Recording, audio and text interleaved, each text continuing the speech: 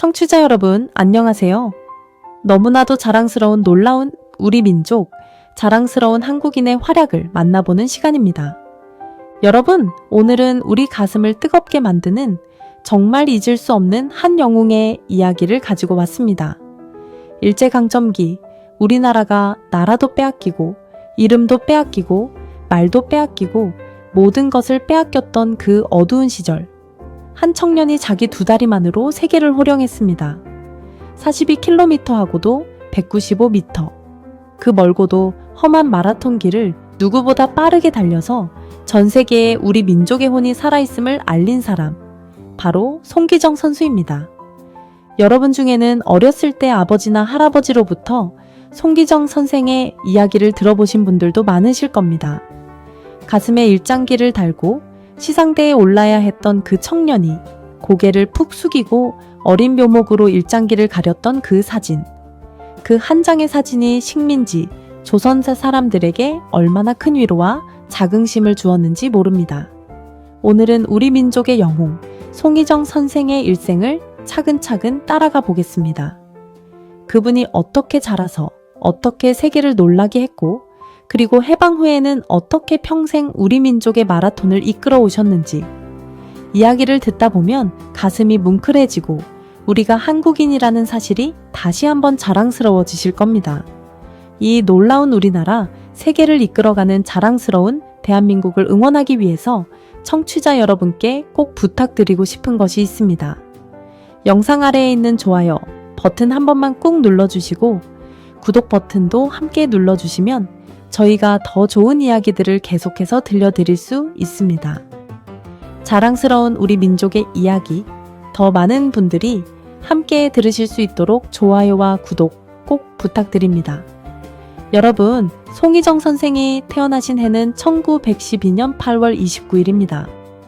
그런데 이 날짜를 듣고 가슴이 철렁하시는 분도 계실 겁니다. 8월 29일. 바로 우리나라가 일본에게 강제로 나라를 빼앗긴 그 치욕의 경술국치일과 같은 날입니다. 그러니까 송기정 선생은 나라가 없어진 그날, 그 슬픈 날에 태어나신 셈이지요. 운명이라는 것이 있다면 정말 기막힌 운명이 아닐 수 없습니다. 나라 없이 태어나서 나라를 되찾는 데 큰 힘이 된 그분의 일생이 어쩌면 그 날부터 정해져 있었는지도 모르겠습니다. 태어나신 곳은 평안북도 신의주였습니다. 압록강 바로 옆, 강 건너편으로는 만주 땅이 훤히 보이는 국경 도시였습니다. 신의주는 무척 추운 곳이었습니다. 겨울이 되면 그 넓은 압록강이 꽁꽁 얼어붙고 칼바람이 살을 내는 듯한 곳이었지요. 어린 기정은 그 매서운 추위 속에서 자랐습니다. 송기정 선생의 집안 형편은 무척 어려웠습니다. 아버지는 작은 잡화점을 하셨는데 식구는 많고 벌이는 시원찮았습니다. 어린 기정은 어렸을 때부터 배고픔이 무엇인지를 뼈저리게 느끼며 자랐습니다. 끼니를 거르는 날도 많았고 옷도 늘 해진 옷만 입고 다녔지요. 그런데 이 지독한 가난이 어쩌면 그를 세계 최고의 마라토너로 만든 첫 번째 스승이었는지도 모르겠습니다. 기정은 어릴 적부터 잘 달렸습니다. 학교가 멀어서 매일 같이 먼 길을 뛰어다녀야 했거든요. 신발도 변변치 않아서 맨발로 뛰어다닐 때가 많았습니다. 어린 시절 어머니께서 어렵게 사주신 새 운동화가 다를까봐 학교 갈 때는 운동화를 손에 들고 맨발로 뛰어가서 학교 앞에 이르러서야 비로소 신발을 신고 교실로 들어갔다는 일화도 전해집니다. 가난했지만 부모님께 받은 신발 하나가 그렇게 귀할 수 없었던 시절, 우리 어머니, 아버지 세대가 다 그렇게 살아오셨지요. 여러분도 비슷한 기억이 떠오르시지요? 기정이 본격적으로 달리기에 빠진 것은 보통 학교, 그러니까 지금의 초등학교 시절이었습니다. 어느 날 신의주에서 달리기 대회가 열렸는데 어린 기정이 어른들 사이에 끼어서 뛰었습니다. 그런데 놀랍게도 그 키 작은 소년이 다 큰 어른들을 다 제치고 좋은 성적을 거두었습니다. 그때 신의주 사람들이 그랬답니다. 저 아이 다리에는 도대체 무엇이 들어있는 거냐? 저것은 보통 다리가 아니다. 어린 기정의 다리에는 그렇게 일찍부터 비범한 힘이 숨어 있었던 것입니다. 하지만 가난한 집안 형편 때문에 보통 학교를 졸업하고도 상급 학교에 진학할 수가 없었습니다. 기정은 한동안 인쇄소나 잡화점에서 잔심부름을 하며 일을 도왔습니다. 그러면서도 달리는 것만은 멈추지 않았습니다. 일을 마치고 나면 압록강변을 따라 혼자 달렸습니다. 강바람을 맞으며 찬 공기를 들이마시며 어린 기정은 무엇을 생각했을까요? 가난한 자기 처지가 서러웠을 수도 있고 나라 잃은 백성의 서름이 어렴풋이 가슴에 차올랐을 수도 있습니다. 하지만 그는 달렸습니다. 달리고 또 달렸습니다. 여러분, 인생이라는 것이 참 묘합니다.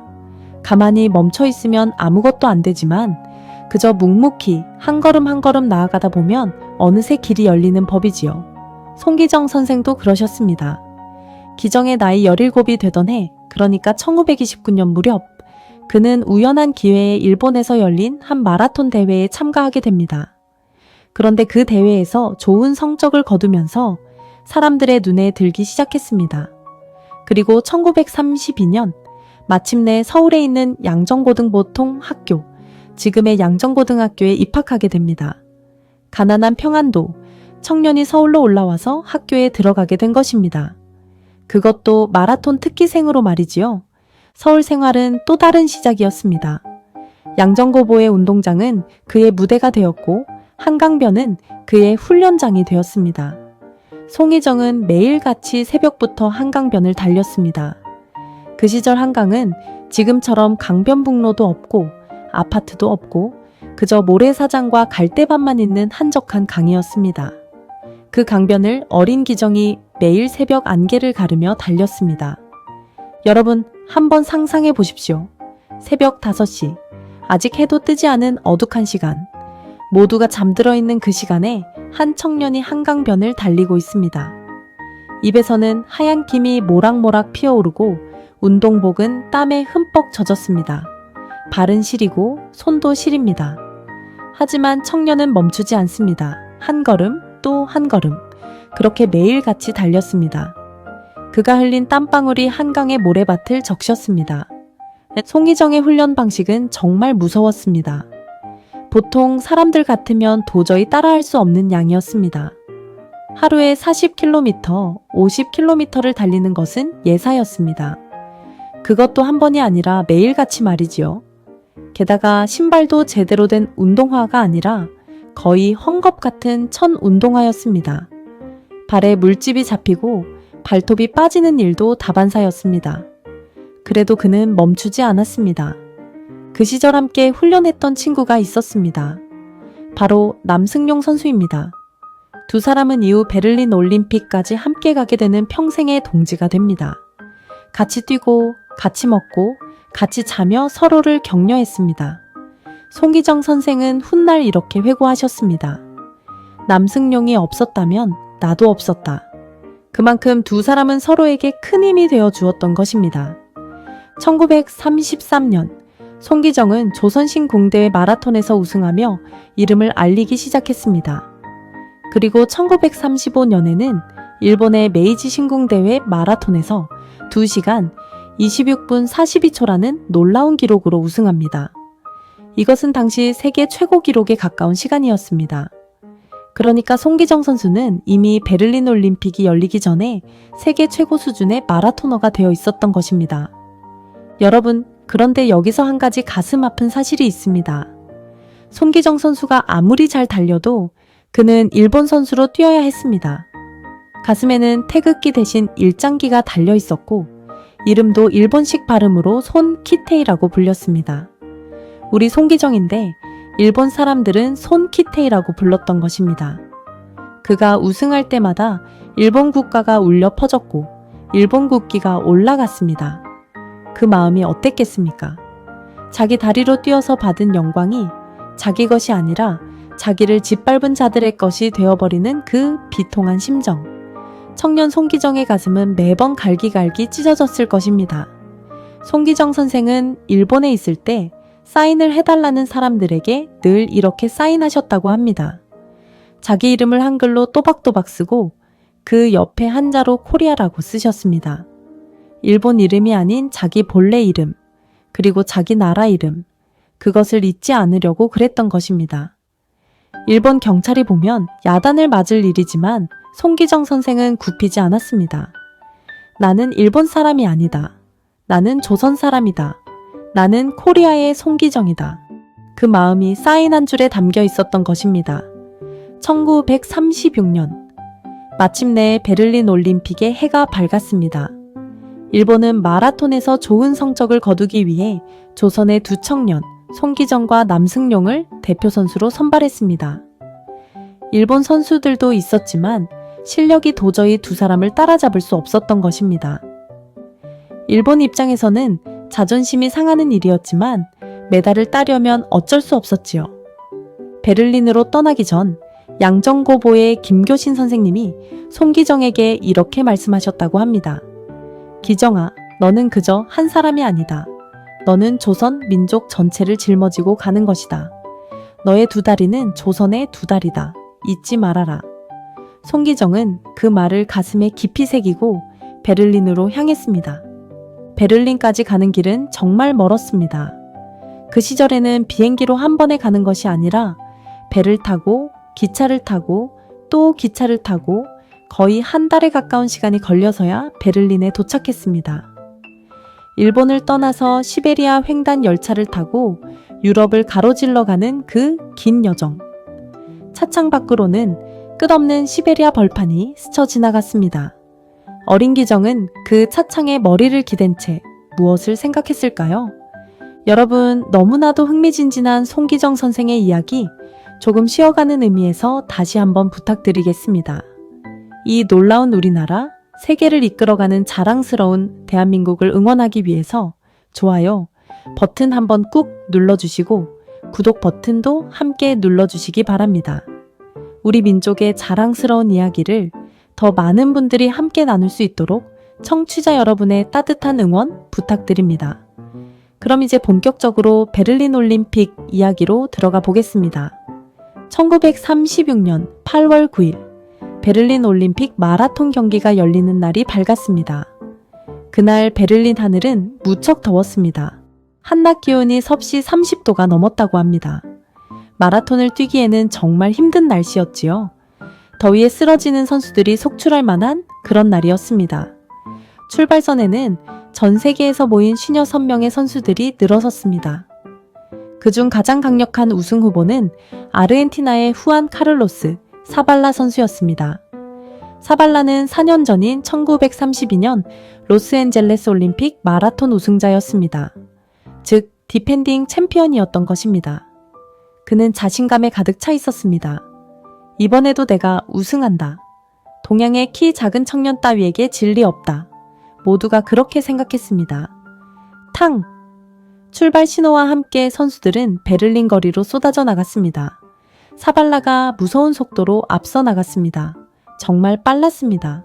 보통의 마라톤 페이스가 아니었습니다. 마치 단거리를 뛰듯이 사발라는 앞서 갔습니다. 처음 10km를 30초나 빠르게 통과했습니다. 사발라는 자기 페이스를 너무 빨리 끌어올린 것입니다. 송기정은 어떻게 했을까요? 그는 서두르지 않았습니다. 사발라를 따라가지 않고 자기 페이스를 지켰습니다. 송기정 선생은 평소에 이런 말씀을 하셨습니다. 마라톤은 자기 자신과의 싸움이다. 남을 보고 뛰면 진다. 자기 호흡, 자기 박자를 지켜라. 그는 그 가르침을 그대로 실천하고 있었습니다. 사발라가 아무리 앞서가도 송기정은 흔들리지 않았습니다. 20km 지점, 사발라는 여전히 1등이었지만 그의 다리는 점점 무거워지기 시작했습니다. 너무 빠르게 시작한 것이 발목을 잡기 시작한 것입니다. 한편 송기정은 차근차근 조금씩 앞서 나가는 선수들을 추월하고 있었습니다. 28km 지점이 있는 비스마르크 언덕. 이 언덕은 베를린 마라톤 코스에서 가장 힘든 구간으로 유명했습니다. 가파른 오르막이 한참 동안 이어지는 곳이지요. 사발라는 이 언덕에서 결국 무너져 내렸습니다. 다리에 쥐가 나고 더 이상 달릴 수가 없게 된 것입니다. 그는 비틀거리다가 결국 길가에 주저앉았고 그대로 기권하고 말았습니다. 디펜딩 챔피언의 무너짐, 그것이 그 언덕에서 일어났습니다. 바로 그때 송기정이 그 언덕을 가뿐하게 올라왔습니다. 마치 평지를 달리는 듯이. 그리고 마침내 1등으로 치고 나섰습니다. 청취자 여러분, 한번 상상해 보십시오.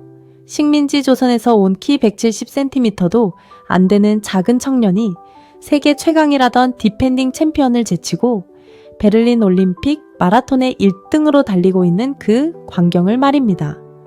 가슴이 벅차오르지 않습니까? 송기정의 발걸음은 가볍고 경쾌했습니다. 사람들은 깜짝 놀랐습니다.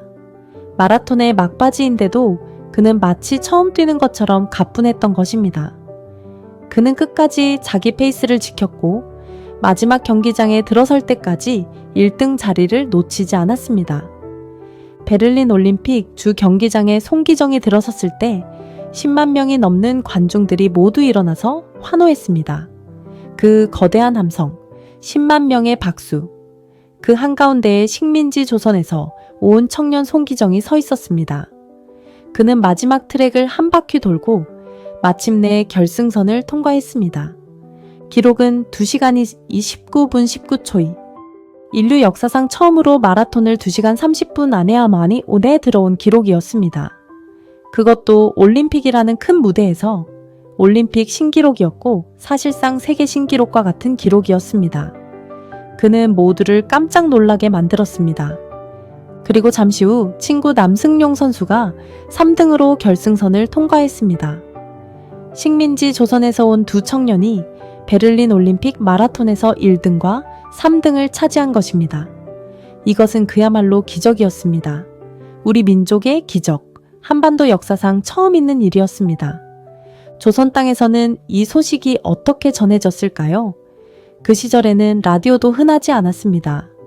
송기정의 우승 소식은 새벽에 신문 호외로 전해졌습니다. 호외라는 것은 큰 사건이 있을 때 신문사에서 임시로 찍어내는 신문입니다. 신문 배달원들이 새벽 거리를 뛰어다니며 외쳤다고 합니다. 호외요, 호외.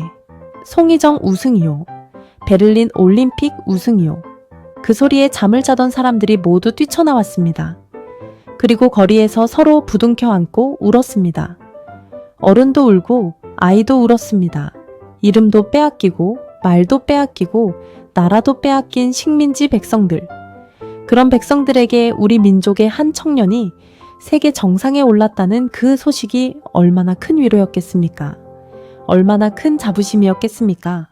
수많은 어머니들이 새벽에 정화수를 떠놓고 절을 하셨다고 합니다. 고맙습니다. 고맙습니다. 우리 민족도 살아있다는 것을 알려주신 송기정 선생, 정말 고맙습니다. 그날 조선 땅 곳곳에서 그런 어머니들의 모습이 있었습니다. 자, 그런데 이제부터 정말 가슴 아픈 이야기가 시작됩니다. 송기정 선수가 시상대에 올랐을 때 그의 가슴에는 일장기가 달려 있었습니다. 그리고 시상대 위로는 일본 국기가 올라갔고 일본 국가가 울려 퍼졌습니다. 우리 민족의 청년이 우리 민족의 다리로 우리 민족의 영광을 만들었는데 그 영광이 일본의 것으로 둔갑하는 그 비통한 순간 송기정은 시상대 위에서 고개를 푹 숙였습니다. 그리고 부상으로 받은 작은 묘목, 떡갈나무 묘목을 들어 올려서 가슴에 일장기를 가렸습니다. 일장기를 가리고 싶었던 것입니다. 일본 국기 아래에서 사진을 찍히고 싶지 않았던 것입니다. 그 마음을 아무도 직접적으로 말로 하지는 않았지만 사진을 보면 알 수 있었습니다. 그것은 무언의 한꺼였습니다. 식민지 청년의 슬픈 항이었습니다. 남승용 선수도 마찬가지였습니다. 남승용 선수는 훗날 이렇게 회고하셨습니다. 그때 나는 1등을 한 송기정이 부럽지 않았다. 그가 들고 있던 떡갈나무 묘목이 부러웠다. 그것이 가슴의 일장기를 가릴 수 있었으니까. 청취자 여러분, 그 마음이 어떻습니까? 메달의 색깔이 부러운 것이 아니라 일장기를 가릴 수 있는 묘목이 부러웠다는 그 청년의 마음, 식민지 백성으로 산다는 것이 어떤 것인지 우리 어른 세대들은 그런 한을 가슴에 품고 살아오셨습니다. 이 사진이 조선의 신문에도 실렸습니다. 그런데 동아일보의 이길용 기자가 가만히 있을 수 없었습니다. 그는 사진의 일장기를 지웠습니다. 송기정 선수의 가슴에서 일장기를 지운 사진이 1536년 8월 25일자 동아일보에 실렸습니다. 이것이 그 유명한 일장기 말소 사건입니다. 일본 경찰이 가만히 있었겠습니까? 동아일보는 무기한 정관 처분을 받았고 이길용 기자를 포함한 여러 기자들이 잡혀가서 모진 고문을 당했습니다. 신문사도 폐간 위기에 몰렸습니다. 하지만 그들은 후회하지 않았습니다. 민족의 양심에 따라 했을 뿐이다. 그분들의 그 용기가 있었기에 우리는 일장기 없는 송기정의 모습을 지금까지 기억할 수 있는 것입니다. 여러분, 이렇게 베를린에서 송기정 선수가 한 일은 단순한 마라톤 우승이 아니었습니다. 그것은 죽어있던 우리 민족의 자존심을 일으켜 세운 일이었습니다. 우리도 할 수 있다. 우리 민족도 세계 1등이 될 수 있다. 그것을 처음으로 세계에 알린 일이었습니다. 베를린 올림픽이 끝나고 송기정 선수는 일본을 거쳐 조선으로 돌아왔습니다. 그가 시느주역에 도착하던 날 수많은 사람들이 마중을 나왔습니다. 그런데 일본 경찰들도 함께 나와 있었습니다. 그들은 송기정이 사람들 앞에서 무슨 말을 할까봐 잔뜩 긴장하고 있었습니다. 행여나 송기정이 조선 독립을 외치기라도 하면 큰일이었으니까요. 결국 송기정은 사람들과 제대로 인사조차 나누지 못한 채 일본 경찰의 감시 속에서 쓸쓸히 집으로 돌아가야 했습니다. 세계를 정복한 영웅에게 돌아온 것은 환영이 아니라 감시였던 것입니다. 그 후로도 일본은 송기정을 늘 감시하고 견제했습니다. 그가 다시 큰 대회에 출전하지 못하도록 막았습니다.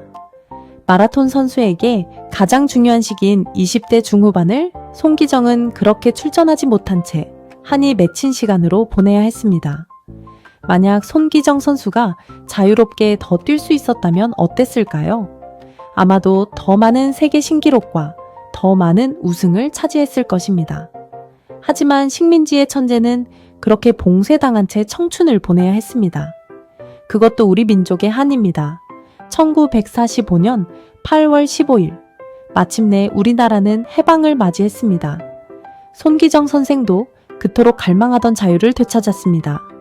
이제 그는 더 이상 일본 사람 손 키테이가 아니라 자랑스러운 대한민국의 송기정이 될 수 있었습니다. 가슴에 일장기가 아닌 태극기를 달 수 있게 된 것입니다. 그날 송기정 선생이 얼마나 많이 우셨는지 모릅니다. 내 나라가 다시 생겼다. 내 이름을 다시 찾았다. 내 다리로 뛴 영광이 이제 내 나라의 것이 되었다. 그 감격은 말로 다 할 수 없는 것이었습니다. 해방 이후 송기정 선생은 직접 마라톤을 뛰는 선수의 길보다는 후배들을 키우는 지도자의 길을 선택하셨습니다. 내가 못한 것을 후배들이 해줄 것이다. 이제는 우리도 떳떳하게 태극기를 달고 세계 무대에 나갈 수 있다. 그렇게 결심하신 것입니다. 청취자 여러분, 너무나도 가슴 뭉클한 송기정 선생의 이야기, 잠시 쉬어가는 시간을 갖겠습니다. 이 놀라운 우리나라, 세계를 이끌어가는 자랑스러운 대한민국을 응원하기 위해서 좋아요와 구독 한 번씩만 꼭 부탁드리겠습니다. 여러분의 작은 손길 하나가 이런 자랑스러운 우리 민족의 이야기를 더 널리 알리는 큰 힘이 됩니다. 그럼 이제 후반부 이야기로 넘어가겠습니다. 해방 이후 송기정 선생의 활약, 그리고 우리 마라톤 영웅들의 이야기를 들려드리겠습니다.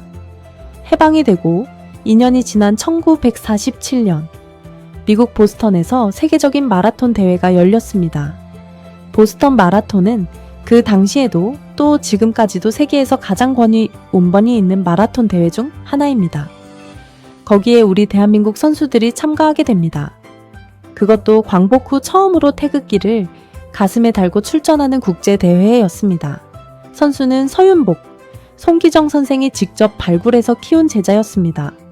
송기정 선생이 단장으로 함께 갔습니다. 가슴이 어떠셨겠습니까? 자기는 일장기를 달고 뛰어야 했지만 이제 자기 제자는 태극기를 달고 뛴다. 그 감격이 가슴 가득 차올랐을 것입니다. 서윤복 선수는 보스턴 마라톤에서 정말 놀라운 기록을 씁니다. 2시간이 25분 39초. 당시 세계 신기록이었습니다. 우승은 물론이고 세계 신기록까지. 광복 후 처음 출전한 국제대회에서 우리 대한민국 선수가 세계 신기록으로 우승한 것입니다. 그것도 보스턴 마라톤에서. 미국 신문들이 깜짝 놀라서 대서특필했습니다. 코리아라는 작은 나라에서 온 청년이 세계 마라톤의 정상에 올랐다는 사실을 도저히 믿을 수 없어 했습니다. 서윤복이 결승선을 끊고 들어오는 순간 송기정 선생은 트랙으로 뛰어 들어가서 제자를 끌어안고 엉엉 우셨다고 합니다. 윤보가 네가 해냈다. 우리 태극기가 1등이다. 우리 태극기가 미국 하늘에 올라간다. 그 외침, 그 눈물. 11년 전 베를린에서 일장기 아래 고개를 숙여야 했던 그 청년이 이제 자기 제자의 우승 앞에서 태극기를 펄럭이며 우는 그 모습. 청취자 여러분, 가슴이 미어지지 않습니까? 그 후로도 송기정 선생은 평생을 우리 마라톤 발전을 위해 헌신하셨습니다. 1950년에는 함기용, 송기륜, 최윤칠 세 사람을 보스턴 마라톤에 보내서 1등, 2등, 3등을 모두 우리 선수들이 휩쓰는 기적도 만들어내셨습니다. 보스턴 마라톤 역사상 한 나라가 1등부터 3등까지 모두 차지한 것은 처음 있는 일이었습니다.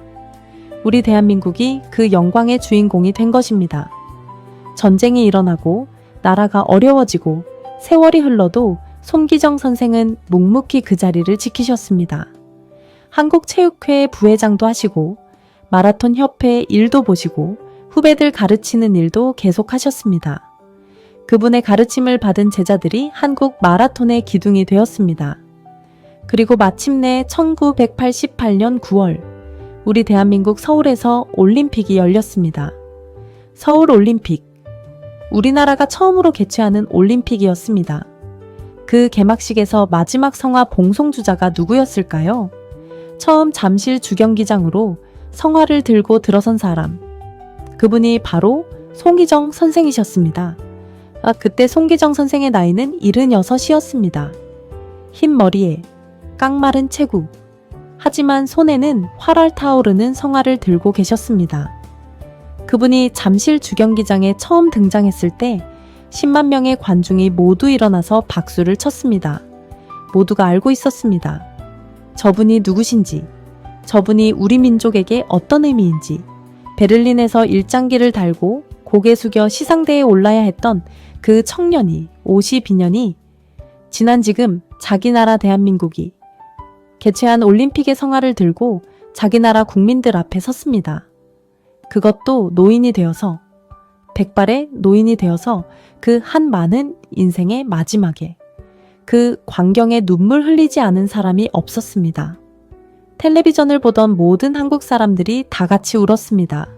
송기정 선생은 활짝 웃으시며 작은 발걸음으로 트랙을 한 바퀴 도셨습니다. 그 발걸음이 얼마나 가볍고 경쾌했는지 76 노인의 발걸음이 아니라 마치 베를린에서 1등으로 결승선을 통과하던 그 청년의 발걸음 같았다고 합니다. 그분의 가슴 속에는 그 청년 시절의 자부심이 다시 살아나고 있었던 것입니다. 이번에는 자기 나라에서 자기 국민들 앞에서 말이지요. 여러분, 그리고 또 4년이 지났습니다. 1992년 바르셀로나 올림픽 마라톤 결승선을 1등으로 끊고 들어온 사람은 누구였을까요? 바로 황경조 선수였습니다. 우리 대한민국 황경조. 그가 마라톤에서 1등을 차지했습니다. 그것도 베를린 올림픽 송기정 선생의 우승으로부터 정확히 56년 만에 말이지요. 황경조 선수는 결승선을 끊자마자 트랙에 쓰러졌습니다. 너무나 힘들었기 때문입니다. 그날 바르셀로나의 몬주익 언덕은 정말 가팔랐고 마지막 1km에서 일본 선수와 치열한 경쟁을 펼친 끝에 따낸 우승이었습니다.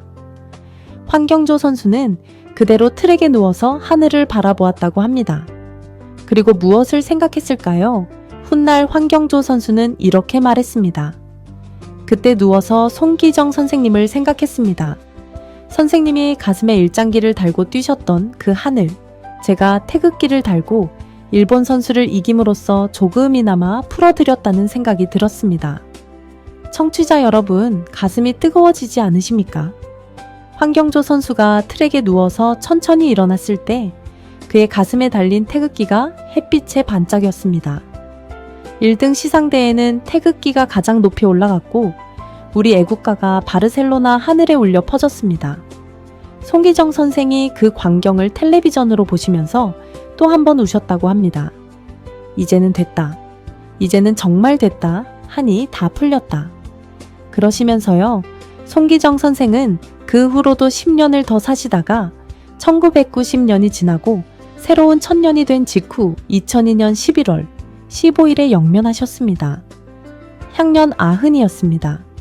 평생을 우리 민족의 마라톤을 위해 사신 분, 식민지의 한을 자기 두 다리로 풀고 그것을 후배들에게 물려준 분, 그분이 우리 곁을 떠나신 것입니다. 장례식에는 정말 많은 사람들이 모였습니다. 그분의 제자들, 후배들, 그리고 그분의 이야기를 들으며 자란 우리 국민들이 모두 모여 마지막 인사를 드렸습니다. 황경조 선수도 왔고 서윤복 선수의 후손들도 왔습니다. 그들 모두가 송기정 선생님께 마지막 절을 올리며 다짐했습니다. 선생님이 만들어주신 이 길, 우리가 계속 이어가겠습니다. 청취자 여러분, 송기정 선생이 베를린 올림픽에서 우승하시고 받은 그 떡갈나무 묘목 기억하시지요? 그 묘목은 지금 어떻게 되었을까요? 송기정 선생이 그 묘목을 양정고등학교에 심으셨습니다. 그리고 그 작은 묘목은 지금까지 살아있습니다. 자라고 자라서 지금은 거대한 떡갈나무가 되었습니다. 양정고등학교에 가시면 그 나무를 직접 보실 수 있습니다. 그 나무 앞에 서면 마치 1936년 베를린의 그 시상대가 떠오릅니다. 일장기를 가리고 싶었던 청년 송기정의 마음이 그 나무에 그대로 살아있는 것입니다. 서울 만리동에는 송기정 기념관도 있습니다. 거기에 가시면 송기정 선생이 베를린에서 받으신 금메달, 우승 부상으로 받으신 그리스 청동 투구, 그리고 여러 가지 사진과 자료들을 직접 보실 수 있습니다. 특히 그리스 청동 투구, 이것은 우리나라 보물 제2542호로 지정되어 있습니다. 마라톤이 그리스에서 시작된 종목이기 때문에 그리스에서 우승자에게 그 청동 투구를 부상으로 주었던 것입니다. 그 투구가 베를린에서 송기정 선생의 손에 들어왔고 그것이 이제는 우리나라의 보물이 된 것입니다. 여러분, 송기정 선생의 이야기를 들으면서 여러 가지 마음이 드시지요? 슬프기도 하고 화나기도 하고 또 자랑스럽기도 하고 우리 어른 세대들은 다 이런 한을 안고 살아오셨습니다. 일제강점기를 직접 겪으신 분도 계실 거고 부모님으로부터 그 시절 이야기를 들으면서 자라신 분도 계실 겁니다. 그 시대를 살아오신 모든 분들께 송기정 선생의 우승은 단순한 한 사람의 우승이 아니었습니다. 그것은 민족 전체의 자존심이었고 살아있다는 증거였습니다. 우리도 할 수 있다. 우리도 1등이 될 수 있다. 그것을 처음으로 알려주신 분이 송기정 선생이셨습니다. 그리고 지금 우리가 누리고 있는 이 자랑스러운 대한민국, K-팝이 세계를 휩쓸고 우리 영화가 미국 아카데미상을 받고 우리 운동선수들이 세계 무대에서 1등을 차지하는 이 시대, 이 모든 것의 시작이 어디였습니까? 바로 송기정 선생의 베를린 우승이었습니다. 그분이 처음으로 그 길을 열어주셨기에 우리 후손들이 그 길을 따라 더 멀리 갈 수 있게 된 것입니다. 그러니까 우리는 송기정 선생께 큰 빚을 진 것입니다. 마음의 빚을요, 청취자 여러분 다시 한번 부탁드리겠습니다. 이 놀라운 우리나라, 세계를 이끌어가는 자랑스러운 대한민국을 응원하기 위해서 그리고 송기정 선생 같은 자랑스러운 우리 민족의 영웅들을 더 많이 알리기 위해서 좋아요와 구독을 꼭 부탁드립니다. 여러분의 따뜻한 응원 하나하나가 우리 민족의 자랑스러운 이야기를 더 멀리 퍼뜨리는 큰 힘이 됩니다. 정말 감사드립니다. 그럼 이제 오늘 이야기를 정리해 보겠습니다. 오늘 우리는 우리 민족의 영웅, 송기정 선생의 이야기를 함께 나누어 보았습니다.